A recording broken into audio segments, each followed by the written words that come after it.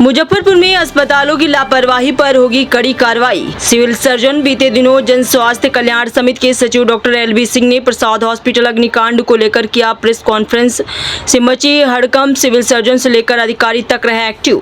Civil surgeon ने कहा, स्वास्थ्य संस्थानों में किसी भी प्रकार की लापरवाही बर्दाश्त नहीं की जाएगी। उन्होंने बताया कि वह लगभग 2 माह पूर्व ही मुजफ्फरपुर में पदस्थापित हुए हैं और स्वास्थ्य सेवाओं को बेहतर बनाने के लिए लगातार प्रयासरत हैं। डॉक्टर सुधीर कुमार ने कहा, यदि किसी भी अस्पताल में लगातार लापरवाही की शिकायतें सामने आती हैं और जांच में आरोप सही पाए जाते हैं तो संबंधित संस्थान एवं जिम्मेदार व्यक्तियों के खिलाफ कड़ी कार्रवाई की जाएगी।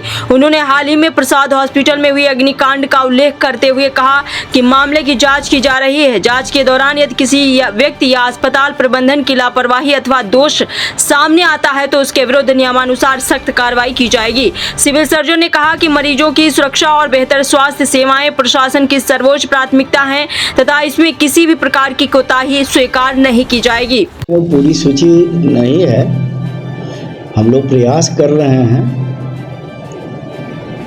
जिस दिन ये 4 तारीख को ये कांड हुआ, मैं लगातार वहीं बना हुआ हूँ और अपना जांच पूरा करने के एथी में हूँ। मेरी जांच पूरी हो जाएगी तभी किसी निष्कर्ष पे मैं निकल पाऊंगा। सर, 1 साल में रिन्यूअल होता है लाइसेंस, ठीक। तब आपने क्या जांच करके फिर वो रिन्यूअल में दिया जाता है, उसमें पॉल्यूशन सर्टिफिकेट आपका फायर का और एक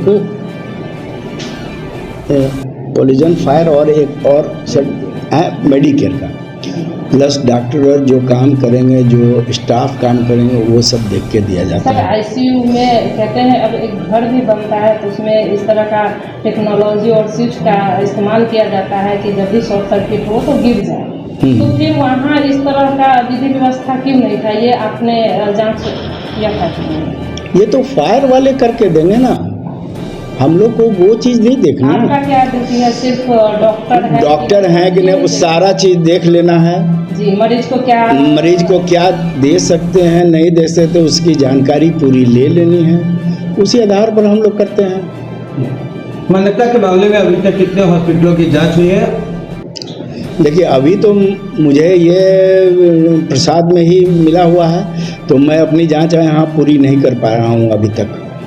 उनको बार बार मैं जांच के लिए जा रहा हूँ, वो दे देंगे, उसके बाद हम फिर दूसरे पर स्विच ऑन करेंगे। लगातार अवैध नर्सिंग होम भी चलती है, वो तो मैं यहाँ से जब निकलूंगा उसके बाद ना। तो अब हुई है। हाँ, इससे पहले भी लगातार दिया गया था प्रभारी को कि आप अपने अंतर्गत दिया जाए।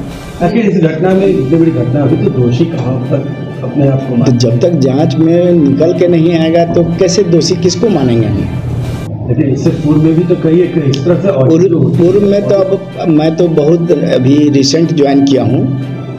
इससे पूर्व में तो मैं नहीं था, जो सिविल सर्जन थे दूसरे थे।